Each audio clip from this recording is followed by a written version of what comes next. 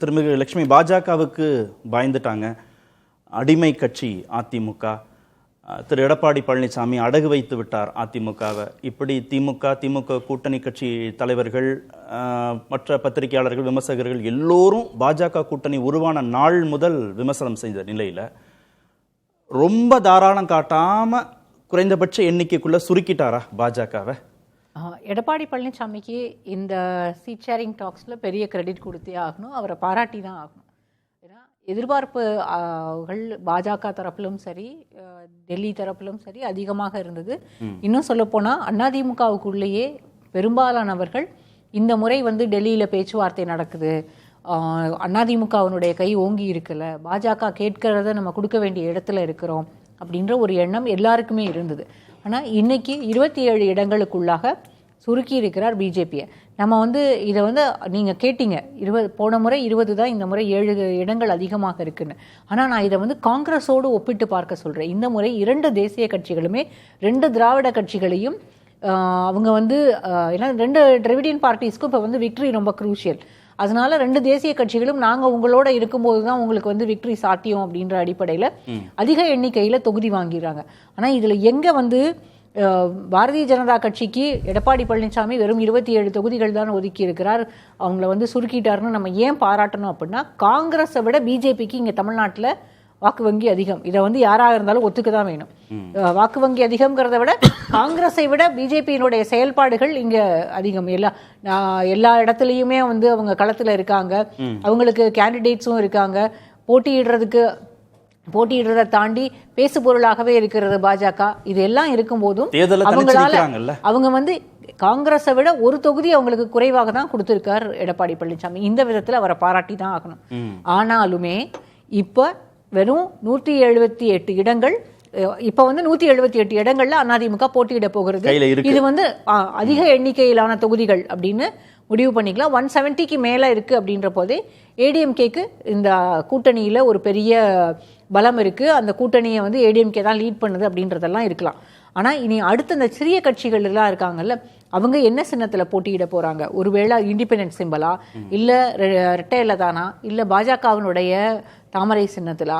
இப்படி நிறைய கேள்விகள் இருக்கு. இந்த கேள்விகளுக்கு இல்ல கிட்டத்தட்ட ஒரு 8 தொகுதிகள் வரைக்கும் அது இருக்கும். ஆனால் 170 தொகுதிகள், பெரும்பாலும் 170 தொகுதிகள் அதிமுகவுக்கு வந்துடும். 170 தொகுதிகள் அப்படின்னா உங்களுக்கு ஸ்ட்ரைக் ரேட் 100 கிட்ட வந்தா இல்ல 118ன்றது ரொம்ப ஈஸி தான் அப்படி வரும்போது. ஏன்னா 5 ஆண்டுகள் ஆட்சியில் இல்லை, அதை தாண்டி ஆன்டி இன்கம்பன்சி இருக்கு. அவங்க இப்போ கேம்பெயின் எல்லாம் ஸ்டெப் அப் பண்ணிட்டாங்க ஏடிஎம்கே. முன்ன மாதிரிலாம் இல்லை. நிறைய தொகுதிகளில் ஏற்கனவே அவங்களுடைய மாவட்ட பொறுப்பாளர்கள், அதை தாண்டி கட்சியில் இருக்கக்கூடிய மற்ற நிலையில் இருக்கக்கூடிய ஆஃபீஸ் பேரர்ஸ் எல்லாமே அவங்களோட கேம்பெயினை பெரிய அளவில் ஸ்டெப் அப் பண்ணிட்டாங்க. ஸோ ஏடிஎம்கே ஒரு கடுமையான போட்டியாளராக நிறைய இடங்களில் திமுகவுக்கு உருவாக போகிறது. ஆனால் நேரடி போட்டி நிறைய இடங்களில் இருக்கும். இதை தாண்டி என்னென்னா, இப்போ டிஎம்கேவோட நம்பர்ஸ் குறைய போகுது. அப்போது இந்த களம் வேறு விதமாக தான் இருக்கும். போன முறை திமுகவும் அதிமுகவும் ஏறத்தாழ ஒரே அளவு கணிசமான தொகுதிகளில் 170க்கு மேற்பட்ட தொகுதிகளில் 2 திராவிட கட்சிகளுமே கண்டெஸ்ட் பண்ணாங்க. பட் இந்த முறை திமுகவினுடைய தொகுதி எண்ணிக்கை 170க்கு கீழே குறைஞ்சிரும் அப்படிங்கிறது தான் இப்ப இருக்கக்கூடிய நமக்கு கிடைக்கக்கூடிய தகவல்கள். எல்லாம்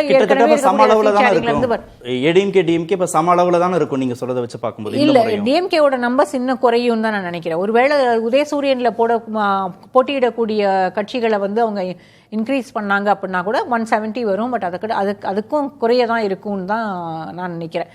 இந்த நேரத்துல எடப்பாடி பழனிசாமியை ஒரு பக்கம் பாராட்டணும் அப்படின்னாலும், இன்னொரு பக்கம் அதிமுக இந்த நம்பர்ஸ் இவ்வளவு நம்பர்ஸ் பிஜேபிக்கு கொடுப்பாங்கன்ற ஒரு எண்ணம் எல்லாருக்குமே இருக்கல. அவர் கொடுத்துட்டாரு.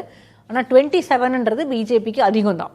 அவங்களுக்கு 2024 தேர்தலில் அதிக எண்ணிக்கையில் வாக்கு சதவீதம் இருந்தது, 11% வாக்குகள் இருந்தது. அதுக்கான காரணம் அண்ணாமலை. அவங்க தானே அந்த கூட்டணியில் பிரைம் பார்ட்னர்னா நீங்கள் இங்கே ஒரு பிஜேபிக்கு எதிரான ஒரு மனநிலை தமிழ்நாட்டில் இருக்குது. நான் லாஸ்ட் டைம் அவங்க எலெக்ஷனில் 2024 அவங்க வாக்குகள் வாங்கினாங்க, காங்கிரஸை விட பெரிய கட்சி அப்படிங்கிறதெல்லாம் ஒத்துக்கணும். ஆனால் இங்கே தமிழ்நாட்டில் பிஜேபிக்கு எதிரான ஒரு நரேட்டிவ் தொடர்ந்து இருந்துக்கிட்டே இருக்குது. அந்த அடிப்படையில் பார்க்கும்போது ஏடிஎம்கே பிஜேபி கூட்டணி அப்படின்றதுக்கே முதல்ல பர்செப்ஷன் வைஸாக, ஏன்னா டிஎம்கே தொடர்ந்து அவங்க செய்யக்கூடிய campaign Delhi versus Tamil Nadu versus Delhi, திமுக கூட்டணி வர்சஸ் என்டிஏ அப்படி தான் அவங்க வந்து இதை காயின் பண்ணிகிட்டே இருக்காங்க. அப்போ இது வந்து ஏடிஎம்கேக்கு ஒரு சிக்கலை தான் உருவாக்கும். இருந்தாலும் இன்னைக்கு வந்து அந்த இமேஜ் மேக் ஓவரில் இதை பெரிய அளவில் எடப்பாடி பழனிசாமி மேலே தூக்கிட்டு போயிட்டார். திரு தினகரனுக்கு 11 தொகுதிகள் ஒதுக்கப்படும் அப்படின்னு கணிச்சிங்களா? தினகரனுக்கு இதை விட அதிக எண்ணிக்கையில் தொகுதிகள் கொடுக்கப்பட போகுது அப்படின்றது தான் நான் கேள்விப்பட்டது. 11 விட 18 25 தொகுதிகள் வரைக்கும் டிமாண்ட்ஸ் இருந்ததாக தான் ஆரம்பத்தில் சொன்னாங்க. கடைசியில் அது வந்து 15 வரைக்கும் தான் முடியும் அப்படின்னு தான் கேள்விப்பட்டேன். 11 தொகுதிகள் அப்படின்றது தினகரனுக்கு அது எப்படியும் அதிமுக வாக்குகள் தான். ஆனால் என்னன்னா அது வந்து எல்லாருமே எடப்பாடி பழனிசாமிக்கு எதிரான வாக்குகள். அப்போ களத்தில் தினகரனுக்கு வரக்கூடிய வாக்குகள் எடப்பாடி பழனிசாமிக்கு எதிரான வாக்குகள் வரப்போகுதா இல்லை பழைய அதிமுக ஓட்டு தான் வரப்போகுதா அப்படின்றது தான் குவெஸ்டன். இன்னொன்று வந்து தினகரன் இன்னைக்கு கூட இருந்து ஏடிஎம்கே சீட் ஷேரிங்கில் ஒரு பக்கம் அன்புமணி இன்னொரு பக்கம் தினகரனும் இருந்து இதை வந்து முடிச்சுக்கிட்டாங்க. பட் முதல்ல ஆரம்பத்துல இருந்து தினகரன் பேசினது என்னன்னா, எனக்கு பிஜேபி தான் தொகுதி ஒதுக்கி தர போறாங்க, நான் என்டிஏ கூட்டணியில தான் இருக்கேன் அப்படின்னு. இன்னைக்குமே அவர் வந்து நான் கண்டெஸ்ட் பண்ண போறதில்ல, என்னுடைய பார்ட்டி தான் கண்டெஸ்ட் பண்ண போகுது அப்படின்றார். அப்போ தினகரனை பொறுத்த வரைக்கும் அதிமுகவினுடைய வெற்றியில அவருக்கு ஒரு மிகப்பெரிய அக்கறை இருக்கிறதா அப்படின்ற ஒரு கேள்வி வருது. இன்னொன்னு தினகரனை பொறுத்த வரைக்கும் இன்னமும் அவர் என்டிஏல இருக்கிறதா தான் அவர் ஃபீல் பண்றாரு. அதுதான் அவருக்கு வெற்றியும் தரும்னு அவர் நினைக்கிறார். இந்த கூட்டணி மேல நம்பிக்கை இல்லைன்னா ஒற்றை இலக்கத்துல எண்ணிக்கையை ஒத்துட்டு போயிருக்கலாமே, ஏன் 11 தொகுதிகள்னு பேசி அவர் வாங்கணும்? அதுவும் டெல்லி போய் பேசி வாங்க இல்ல, டெல்லிக்கு போய் பேசி வாங்கினது ஏஎம்எம்கே 11 தொகுதிகளுக்கு கீழே குறைய எண்ணிக்கை அவங்களுக்கு போயிடுச்சுன்னா ஓட் ஷேர் ரொம்ப குறைஞ்சிரும். அவருக்கு பார்ட்டி ரன் பண்றதே ஒரு பெரிய சேலஞ்ச் ஆயிரும். இன்னும் சொல்ல போனா தினகரன் உட்பட அதிமுகவில் இருக்கக்கூடிய நிறைய பேருக்கு இந்த தேர்தலுக்கு பிறகு அதிமுகவினுடைய வெற்றியோ தோல்வியோ அதை வைத்துதான் அவங்களுடைய அரசியலே அடுத்த கட்டத்துக்கு நகரப்போகுதுன்றதுதான். அமமுகவுக்கு 11 தொகுதிகள்ங்கிறது யாருக்கு லாபம்? தினகரனுக்கு லாபமா, பழனிசாமிக்கு லாபமா? ரெண்டு பேருக்குமே லாபம் தான். எடப்பாடி பழனிசாமியை பொறுத்த வரைக்கும் தினகரன் அதிக எண்ணிக்கையில வாங்காம 11 தொகுதிகள் அப்படின்ற போது அதிமுக என்ன சொல்லுதோ இல்லை அதிமுகவினுடைய முடிவுகளுக்கு அவர் கட்டுப்பட்டு வர வேண்டும், அல்லது அதிமுக தான் இங்கே லார்ஜர் பார்ட்னர்ன்றதை அவர் திரும்பவும் ப்ரூவ் பண்ணிட்டாரு. தினகரனை பொறுத்த வரைக்கும் 11 தொகுதிகள், அவரோட அவுட்ஃபிட் வந்து ரொம்ப சின்ன அவுட்ஃபிட் தான். இன்னும் சொல்லப்போனால் தென் மாவட்டங்களில் தான் அவருக்கு வந்து வாக்கு வங்கி இருக்குது, வெஸ்ட்லலாம் அவருக்கு வந்து ஒரு பெரிய சே கிடையாது. அதையும் தாண்டி எடப்பாடி பழனிசாமிக்கு எதிரான வாக்குகளை மட்டும்தான் அவர் வச்சிருக்கார். இது எல்லாத்தையும் சேர்த்து பார்க்கும்போது 11 தொகுதிகள் அவருக்கு அவர் கேட்டதை விட அவர் கேட்டதுக்கு அதிக தொகுதிகளாக இருந்தாலும் 11 தொகுதிகள் அவருக்கு ஓரளவு அமமுகவுக்கு சரியான ஒரு நம்பர்ஸ் தான் நான் பார்க்குறேன்.